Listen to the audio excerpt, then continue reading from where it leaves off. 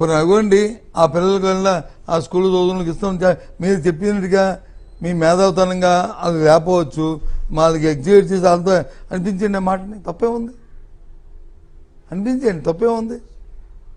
నేను కాదనిలే కదా, అనిపించండి, నేను కాదనిలే కదా.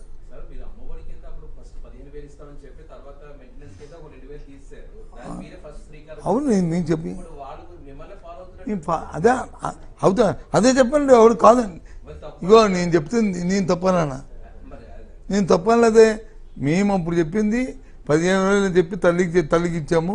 అందులో 2,000 రూపాయలు స్కూల్ మెయింటెనెన్స్కి, స్కూల్ దీనికి ఇచ్చాము. ఇప్పుడు ఈ కాలంలో ఆ స్కూల్ మెయింటెనెన్స్ చేయలేదు, స్కూల్ కట్టడం లేదు, ఎక్కడ ఒకటి ఆఫీసర్ డొనేషన్ అడుగుతున్నారు. 2,000 రూపాయలు ఎందుకు కట్ చేస్తున్నారు అర్థం అవ్వలేదు. అప్పుడు 8,500 కోట్ల రూపాయలు ఖర్చు పెట్టాము, ఇప్పుడు చేయలేదు. సరే 13,000 ఇచ్చారంటే 13 ఇవ్వలేదు, 9,000, 8,000, 7,000 ఇచ్చారు. ఈయన వచ్చి అన్నాడు దానికి యాడ్ చేశాడు. ఈ స్కూల్స్తో 20% పిల్లలు వచ్చి ప్రైవేట్ స్కూల్ చదివిస్తున్నారండి, వాళ్ళు ఫీజులు కడుతున్నారండి అని అది చెప్పండి. ఎవడొద్దన్నాడు? వద్దన్నా నా దగ్గర డిమాండ్ చేసినప్పుడు. అవునండి, నేను చెప్తాను కదా. నో అప్పుడు కొత్త పథకం, మీరు అర్థం చేసుకోవాల్సింది కొత్త పథకం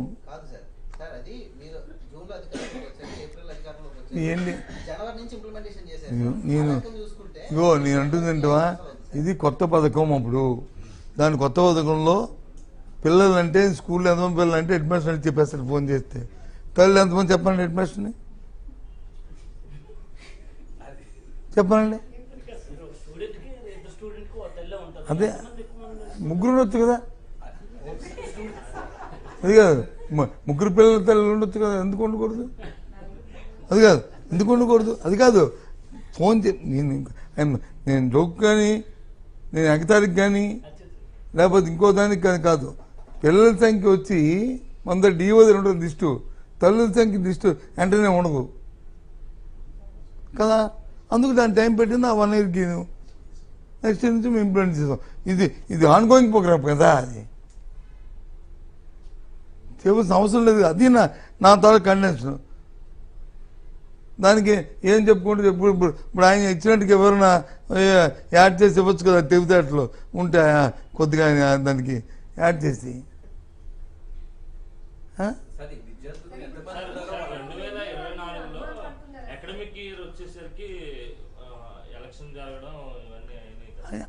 అదేంటే ఎలక్షన్ జరగదు 2024 వచ్చినప్పటికీ నీకు 19 సంవత్సరాలు ఇచ్చామా, మేము వచ్చి 19 సంవత్సరాల నుంచి 24కి ఇచ్చామా. అక్కడ నుంచి ఎలక్షన్ వచ్చింది, ఎలక్షన్ ఇయర్లో వచ్చి అది ఆగింది. అది అప్పుడు వీళ్ళే పిటిషన్ పెట్టి, తెలుగుదేశం పార్టీయే అప్పుడు పిటిషన్ పెట్టింది ఇవ్వడానికి వీలేదు. ఇది అంతెందుకు, ఫీజు రింబర్స్మెంట్ అంతే వాళ్ళు తెలుసా. ఇప్పుడు మీకు సుమారు 10,000 కోట్లు ఇవ్వాలి, 6,000 కోట్ల చిల్లర వచ్చి ఫీజు రింబర్స్మెంటు, హాస్టల్ మెయింటెనెన్స్ ఇదంతా 3,000 కోట్లు చిల్లరి, అది వసతి దీవెన 2 కలిపి 10,000 కోట్లు ఇవ్వాలి. ఆలోచించాలి కదా.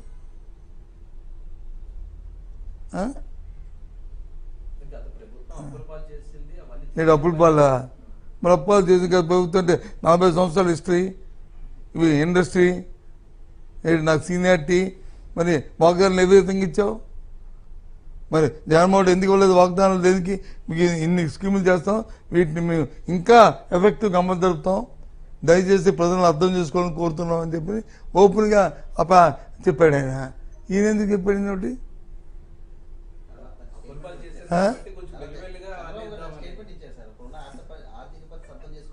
ఏంటి 6 నెలల? మరి అది నేను 40 సంవత్సరాల హిస్టరీ అంటే అబద్ధాలు చెప్పవచ్చు. 40 సంవత్సరాల హిస్టరీకి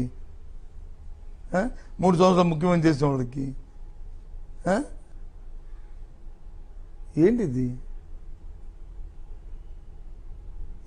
మనకి ఏదో ఇస్తే చెప్పడమే, చెప్పింది చేయడానికి ప్రయత్నం చేయాల. ఇప్పుడు P4 2 సంవత్సరాలు అయింది తిప్పాల్సి. నేను మొన్న చెప్పాను P4 పథకం పెట్టారు. రాష్ట్రం కానీ లేదా ఏదో ఒక విలేజ్ తీసుకోండి, మీ ఇష్టం ఏ ఊరేని తీసుకోండి, లేదా వార్డు తీసుకోండి. ఆ వార్డులో లేదా ఆ ఊరిలో లేదు ఆ నియోజకవర్గంలో ఎంతమంది ఫిబ్రవరి కింద సెలెక్ట్ అయ్యారు,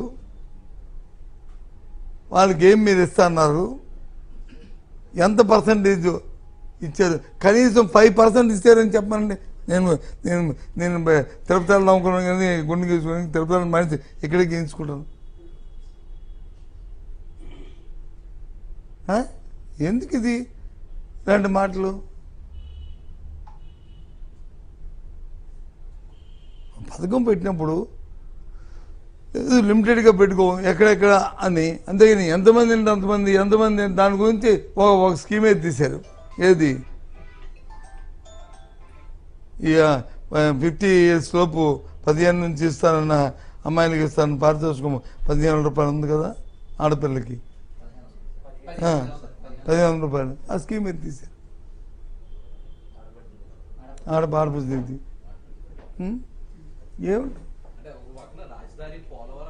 ఏడు రాజధాని కాదు, రాజధాని కడుతున్నాడా అమరావతి? అదే దోపిడీ చేస్తున్నారు, దోపిడీ చేస్తున్నారు. అదే కడుతున్నారా? కడుతున్నారని నమ్ముతారా?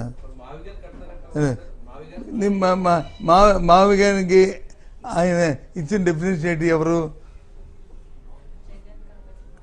అది కాదు, జగన్ గారు ఇచ్చిన వాళ్ళు ఇచ్చిన ప్రెస్ మీట్లో ఇచ్చినది ఏంటి?